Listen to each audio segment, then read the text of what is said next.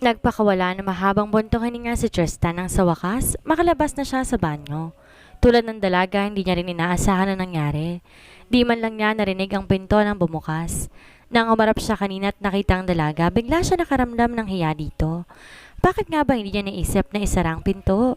Nasanay na kasi siya na hindi yun nakalock. Dahil alam naman ng anak niyang naroon siya at hindi papasok yun kapag alam nitong naliligo siya. Bakit niya ba nakalimutan na nasa kwarto nila ang dalaga? Kanina lang pinapanood pa niya ito habang natutulog. She looks innocent when she is sleeping. Napakaganda nga talaga niya. Hindi niya kakikitaan ng masamang ugali kapag tulog. At nang tumalikod to at nakita niyang babangga ito sa pader, kagad siyang tumakbo para sana pigilan ang nakaambang pagbangga sa pader. Ngunit huli na. The next thing he knew, she was already leaning in his wet body. Nakalapad ang likod nito sa hubad niyang katawan at hindi lamang iyon. His erect manhood is poking her butt cheek and damn, it feels good. Nag-init kaagad ang kanyang katawan. 5 taon na rin nakakalipas simula nang huli siyang makipagtalik. Kaya gano'n na lang siguro kung mag-react ang katawan niya. Nang humiwalay ito sa kanya, kagad niyang kinuhang tuwalya at pilit na pinapaamong alaga na anumang oras ay lalaban na. He acted cool like nothing happened. Ayaw niyang ipakita ditong apektado siya sa pagkakalapat ng katawan niya. Sa loob niya, nagiinit na siya. This is not good for him. Imposibleng may mangyari o magkaroon sila ng relasyon ng doktora. She is like a lioness in the pride land that's so hard to tame. Ganon, nagtungo siya sa walk-in closet at kumuha ng maisusuot. Pagkatapos may kinuha siya sa isang cabinet ng mga libro. Binasa niya ito ng baby pa ang anak niya at balak niya itong ipabasa kay Isabel kung magpapatuloy ang pagpapanggap nila. Agad siyang lumabas sa walk-in closet niya nang marinig ang pagbukas ng pinto ng banyo. Lumabas doon ang dalagang bihis na bihis at nakatapi ang basang buhok. Aalis ako. Sambit nito habang inaayos ang gamit na kinalat sa side table. Pupunta ako ng ospital at di ko alam kung uuwi ako mamayang gabi. Anito at humarap sa kanya. Nandun na naman ang walang emosyon nitong mukha. Kapag nagtanong ang anak mo, sabihin mo busy ako. Basta mag-isip ka ng pupwede mong sabihin. Tumango siya at saka inabot ang librong hawak. Take this with you. Kunot noong bumaba ang tingin nito sa hawak na libro. Tips for good parenting? Tsaka nagangat sa kanya at saka nangising tawa. Are you kidding me? Wala sa planong gagampanan kong pagiging ina. Magpapanggap lang ako but it doesn't mean that I have to be her mother for real. And besides, kahit wala akong anak, alam ko namang mag-alaga ng pasyente, hindi bata. Pagtatama niya rito. Ito, basahin mo para alam mo kung paano maging ina. Kumunot ang noo nito. Ayoko. Do it, Isabel. Utos niya na may diin. Ginusto mo to, kaya gawin mo. Ayoko. Giit pa nito. Hindi ako payag sa gusto mo. Wika nito at tumalikod at takmang kukunin ang bag nito nang maunahan niya ito. Pinukol niya to na masamang tingin. Give me back my bag, you asshole. Asik nito at saka pilit na inaagaw sa kanya ang bag. Siya na may napakatangkad pang lalo at tinaas ang kamay kung saan hawak ang bag nito.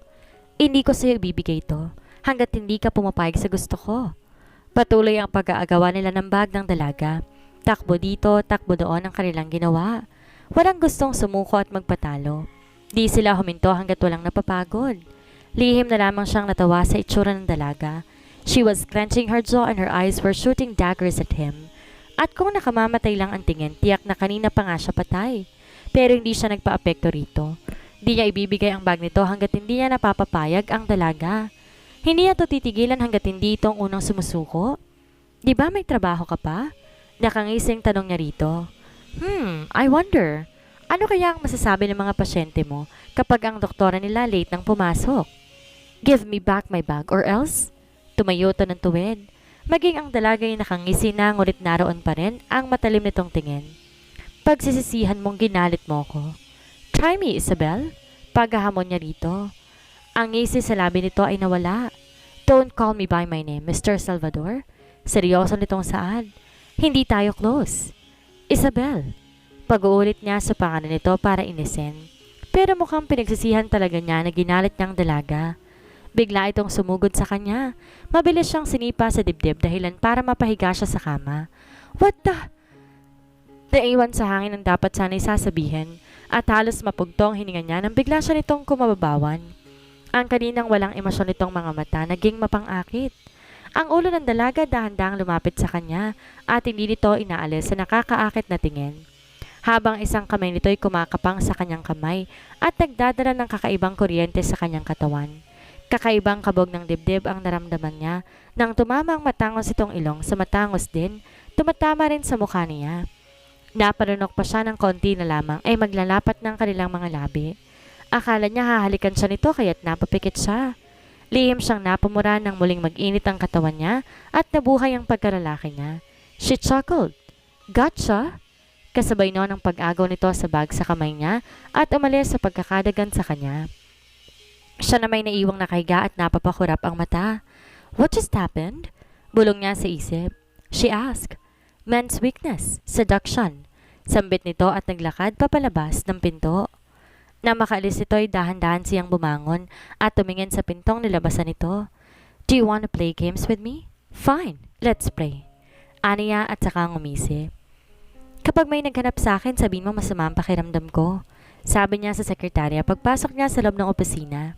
Huwag kang magpapapasok kahit sino. Yes, doktora. Tumango siya at naglakad papasok sa pinaka-opisina niya at bagsak balikat na umupo si Isabel sa mahabang sofa habang hinihilot ang balikat niya. Kanina pa niya nararamdaman ang masakit niyang katawan. Simula bisitahin niya ang pasyente. Para din siyang nanghihina at masakit ang ulo niya. Inipo niya ang kanyang noo at napamura na lamang siya nang maramdamang mainit ang kanyang noo. Mukhang lalagnatin ata siya.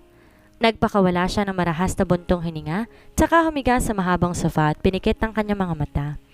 Narinig niya ang pagbukas ng pinto at wala siyang lakas para tingnan kung sino man ang pumasok. She badly needs to rest her body. Isabel, I have... Aaron paused as soon as he saw her laying on the sofa. Dinig niya ang papalapit nitong yabag. What happened to you? Mahihimigan sa boses nito ang pag-aalala. Bakit ka may bukol sa noo? And you look pale, Isabel. Ayos ka lang? Naiusal na lamang niya. Wala siyang gana magsalita pa. Inipon nito ang kanyang noo. You're burning. Kaagad siya nitong nilapitan at takmang papangkuin siya nito nang pigilan niya ito. Isabel, kailangan mo i-confine. Ang taas ng lagnat mo. Hindi ko to ikamamatay, Aaron. Aaron takes stubborn. Sambit nito. Wait here, I come back. Tumango lamang siya. Narinig niya mula yabag nito papalayo at ang pagbukas at sara ng pinto. Ilang minuto lang nakalipas, bumalik ito. Kumain ka muna para makainom ka ng gamot. Wika nito at maingat siyang pinaupo. Jeez, Isabel, bakit mo pinapabayaan ang sarili mo? Doktor ka na nga, napapabayaan mo pa rin ang sarili mo. Ayan tuloy, inaapoy ka ng lagnat. Sermon nito habang tinatanggal ang suot niyang lab coat. Impit na ungulang ay tinugod niya rito. Nang matanggal ang suot niyang lab coat, sa kanya to pinunasan sa noo, pisngi, leeg, braso at kamay niya. Halos mapasok ang katawan niya na maramdaman ang lamig ng towel na pinupunas nito. Lihim siyang napangiti sa ginawang pag-aalaga nito sa kanya ni Aaron. Kahit lagi sila nag-aaway at may mga bagay na hindi sila napagkakasunduan, sa huli nang ibabaw pa rin ang pagiging magkapatid nila. Sinunod niya ang utos nito na kumain siya at uminom ng gamot. Pagkatapos muli siya nitong pinahiga sa mahabang sofa. Kahit papaano nakaramdam na rin siya ng ginhawa, all thanks to her twin brother. Ang inaasahan niya aalis na ito pagkatapos siyang alagaan. Sa halip, umupo pa ito at pinatong sa binti nito ang kanyang kanang ulo. Wala ka bang pasyente? Umalis ka na kung meron. Ayokong abalahin ka. Aaron, you are more important to me, Isabel. Always remember that. We're twins. She snorted. Kapag ba hindi mo ako kakambal, hindi mo na ako aalagaan? Pwede ba yon? Asik nito. Matulog ka na nga. Babantayan kita. Dagdag pa ng kapatid, saka hinaplos ang kanyang buhok. Mahina siyang natawa. Ano nakain mo at nanlalambing ka? Lagi naman akong ganito sa'yo, di ba? Anito habang sinusuklay ang mahaba niyang buhok. Na mga bata pa tayo, I was always your knight in shining armor, and you're always the Francesca. Tugon niya. Not until... Don't mention it, Aaron. Mariing pigil niya sa kapatid. Stay here if you want, but I don't want you to bring that up again. Not ever. Aaron just sighed. Ayaw na niyang maalalang lahat ng masasakit na bagay sa nakaraan niya. Matagal na nang ibinoon sa remote ang alaalang iyon. Sinumpa niya na sa kaibuturan ng pagkatao niya na hindi na siya magiging katulad ng dati. I miss the old you, Isabel. Hindi niya na ito sinagot pa. Bagko sinayaan na lang niya ang sariling lamunin ng antok. Good morning! Masayang bati ng anak niya sa lahat ng mga nurse at doktor na makakasalubong nila. Ngayon lang niya muling nakita na ganito kasigla ang anak. Simula na magpanggap na ina sa anak niya ay si Isabel, nagbago ito. Di niya na ito nakitaan ng takot sa ospital. Sa bahay lang dapat sila ngayon pero namiss daw ng anak ang doktora at nagpilit tong dalawin ng doktor at nagpadala pa sila ng pagkain. Ayaw din sana niyang harapin muna ang dalaga dahil nga sa nangyari kanina. After what happened earlier, hindi niya na naaalis sa isip ang dalaga. Sa tuwing pumapasok to sa isip niya, hindi na mapigilang mag-init ng katawan niya. Kailangan niyang pigilan ang sariling pagnasaan ng dalaga dahil hindi yan maganda sa kalusugan niya, lalo na sa anak niya. Kaya't habang maaga pa, kailangan na niyang pigilan at kalimutan ang kung anumang pagnanasa na nararamdaman niya. Good morning. Bati mo rin ang anak sa sekretary ni Isabel. Si Mommy? Napakurap-kurap pa ang babae at nagtatanong na bumaling sa kanya. Si Dr. Laksamana, aniya. Nasaan ba siya? Pasensya na po sir pero hindi po kayo po pwedeng pumasok. Saan nito? May sakit ho kasi si doktora at nagpapahinga siya ngayon. Nakaramdam siya ng pag-aalala sa doktora. Tinignan niya ang pinto kung saan naroon ang pinaka-opisina ng doktora tsaka muling bumaling sa sekretarya. Kamusta siya? Maayos na bang lagay niya? Nakainom na ba siya ng gamot? Sunod-sunod ang tanong niya sa sekretary nito. Opo sir, sagot nito. Pero hindi ko po alam kung maayos na siya. Daddy! Pukaw ng anak niya sa kanya. I want to see mommy. Nagsimulang magtubig ang mga mata nito. I want to know if she's okay. Muli siyang bumaling sa sekretary ng doktora at binigyan niya ito na nagmamakaawang tingin. Pasensya na ho sir, paumanhin nito. Sa kanarian naman po ang kapatid niya. Daddy! Nagmamaktol ng kanyang anak at anumang oras magwawala na ito. Miss, please. Di na niya na ituloy ang sasabihin nang biglang tumakbo ang anak papasok sa loob ng opisina ng doktora. Kaagad siyang sumunod sa anak papasok sa loob at hindi niya inaasahan ng makikita. Nakahiga ang dalaga sa sofa at mahimbing na natutulog. Nakapatong ang ulo nito sa binti ng isang lalaking doktor. Mahimbing ding natutulog ang lalaking nakasandal lamang sa sandalan ng sofa. Hindi niya alam kung anong klaseng emosyon ang mararamdaman niya sa nakita. Pakiramdam niya parang inagawan siya ng pagkain sa nakita niya. Hindi siya makagalaw sa kanitatayuan niya. Nagdilim ang paningin niya at nakuyom niya ang kamao. Tiimbagang siya habang nakatingin sa dalawa.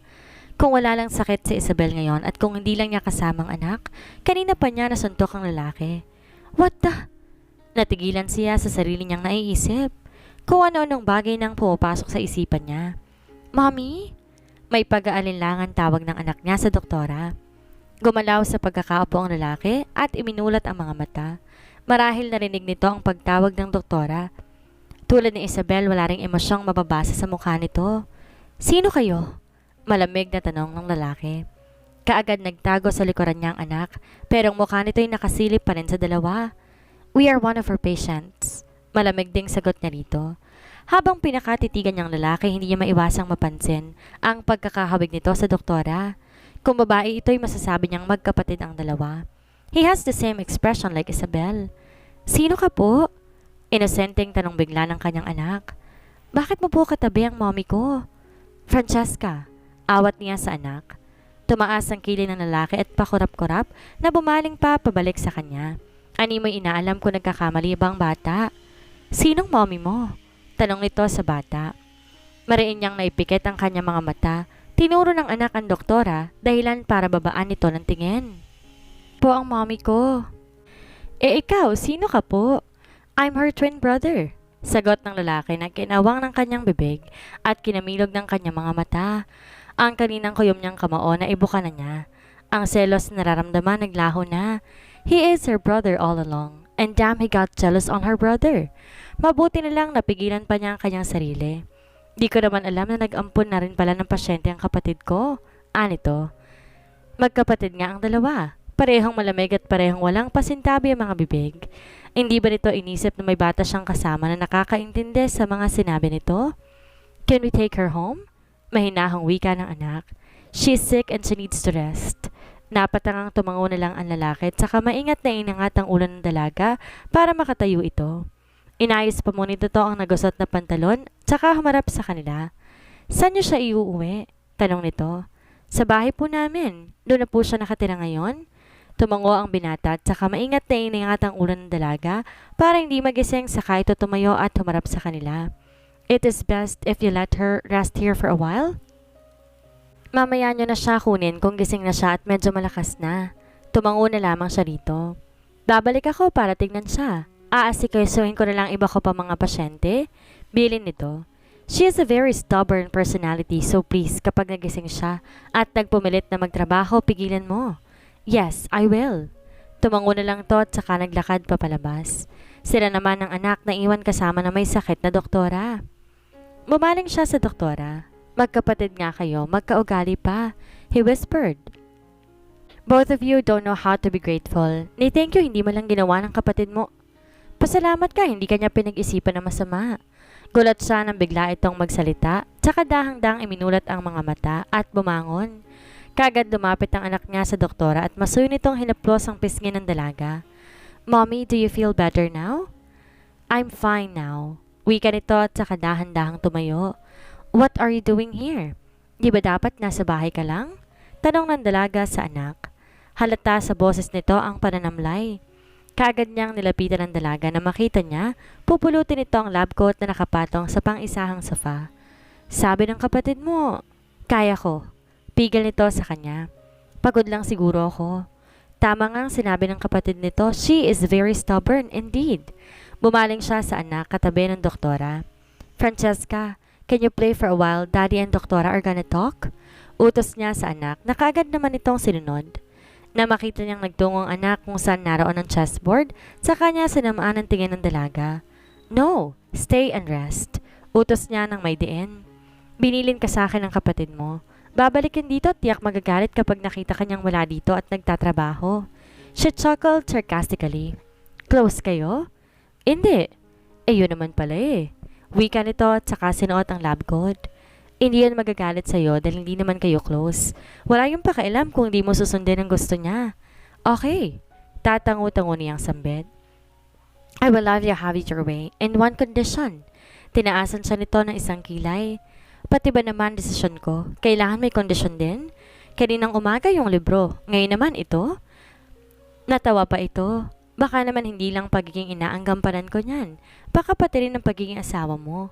Pwede rin. Nakangising biro niya. Not gonna happen, Mr. Salvador. Malamig na tugon nito sa kanya. Ayoko sa mga taong uutos-utusan lang ng basta-basta. Lalo ka na. Duro nito sa kanya. You are not in the position to command me or anything. Bukod sa pangalan mo, hindi kita masyadong kilala at hindi tayo close. Tandaan mo para lang sa batang ginagawa ko. Hindi ko na trabaho ang iba, bukod sa pagpapanggap na ina niya. Para lang sa anak niya? Hindi siya nito gaanong kilala. Fine, magpapakilala siya rito at sisiguraduhin niya. Kapag nakilala na siya nito ng lubusan, magbabago na ang pakikitungo nito sa kanya. Nang sa ganon makilala rin niya ang dalaga. Ngumisi siya at saka nilingon ng anak na naglalaro sa maliit na mesa.